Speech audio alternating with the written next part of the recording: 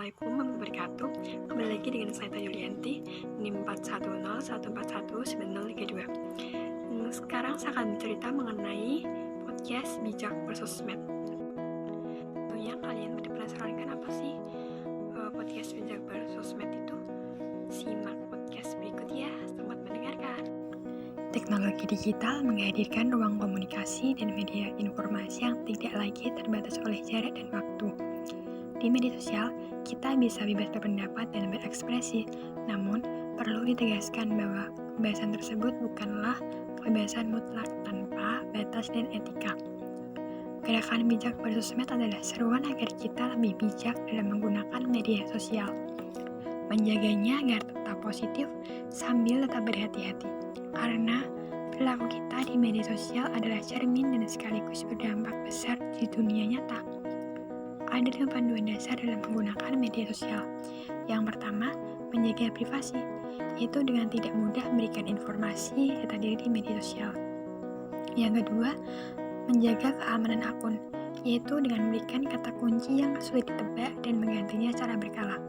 Yang ketiga, menghindari hoax, yaitu dengan tidak mudah percaya dengan berita yang diterima sebelum melakukan klarifikasi.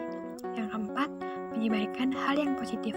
Sebisa mungkin apa yang kita buat atau konten yang kita share di media sosial itu berdampak positif. Yang kelima, gunakan seperlunya. Gunakan media sosial untuk membantu meningkatkan produktivitas diri.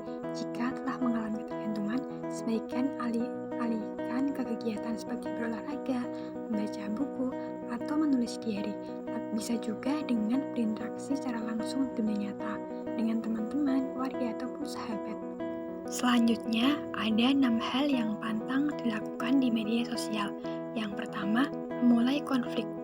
Perang kata-kata sangat mungkin muncul di media sosial, dan sebenarnya hal ini cukup sering terjadi. Melakukan konflik di media sosial bukanlah suatu hal yang patut dilakukan, sebab hal tersebut bisa menyebabkan pengguna media sosial mengolok-olok mereka karena telah mengumbar perkelahian di forum umum. Terus yang kedua, curhat masalah pribadi. Memang, saat ini media sosial dijadikan semacam buku harian untuk pemiliknya, tapi kita juga harus membatasi curhat masalah pribadi. Yang seperti apa?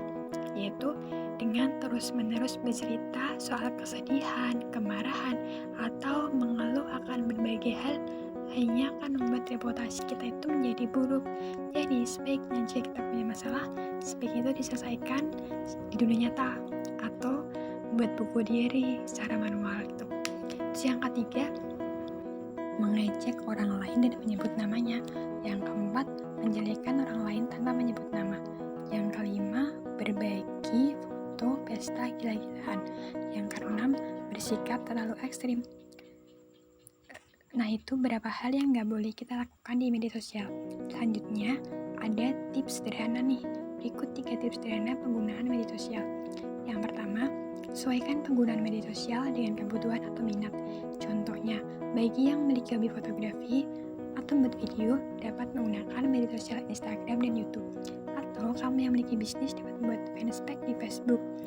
Yang kedua, supaya tidak menjadi candu, batasi penggunaan media sosial. Usahakan bisa menjadwalkan waktu penggunaan media sosial pada jam dan durasi tertentu. Yang ketiga, apabila kebiasaan untuk sekadar melihat laman media sosial seperti Facebook, Twitter, dan Instagram sudah dihilangkan, cobalah alokasikan waktu luang singkat seperti ketika berada di kendaraan umum dan menunggu antrean untuk melakukan kebiasaan tersebut. Dengan mengalokasikan waktu luang tersebut, kamu bisa tetap mendapat informasi terkini, tapi tidak kehilangan waktumu untuk aktivitas lain yang lebih penting.